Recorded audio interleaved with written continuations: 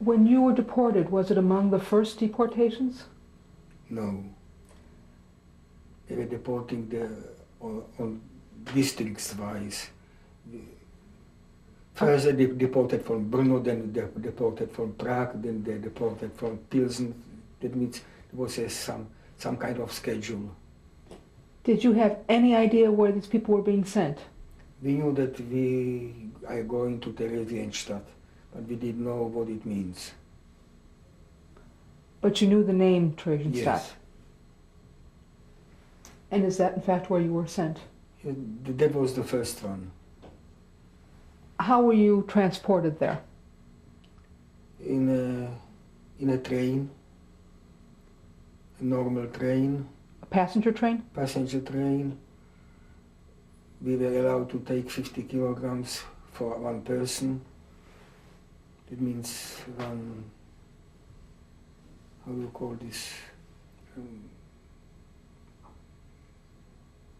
Kuffer, luggage. One piece of luggage and our covers and so on, that was extra.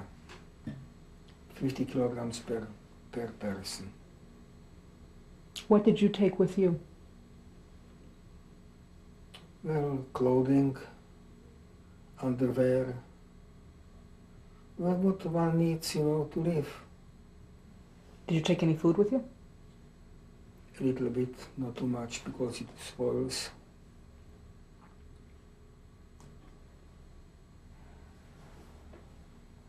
Tell me about your arrival in Theresienstadt.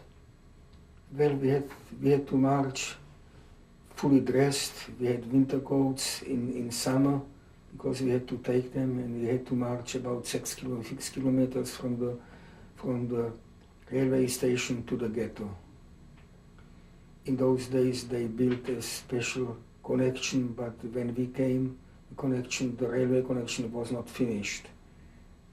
Later, the transports went directly to Theresienstadt. When you marched in, what did you see? Well, we didn't see too much because the roads were empty.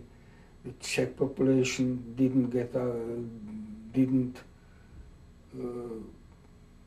cooperate with the Germans, so they just empty street, and we just marched with a police cordon to Theresienstadt. Did you have to go through some kind of processing when you came in? Oh yes. And what was that?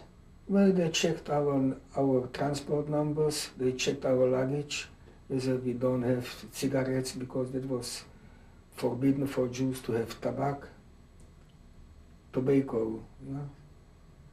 So they checked whether we have something not allowed to have. Then what did they do with you? Then what did they do with you?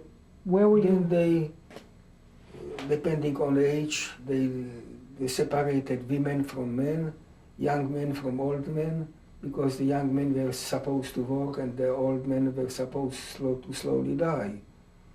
So my father was in a house which was emptied from the Czechs, where probably 10 other men sleeping in the same room. The same happened to my mother, and I was with young men who were able to work.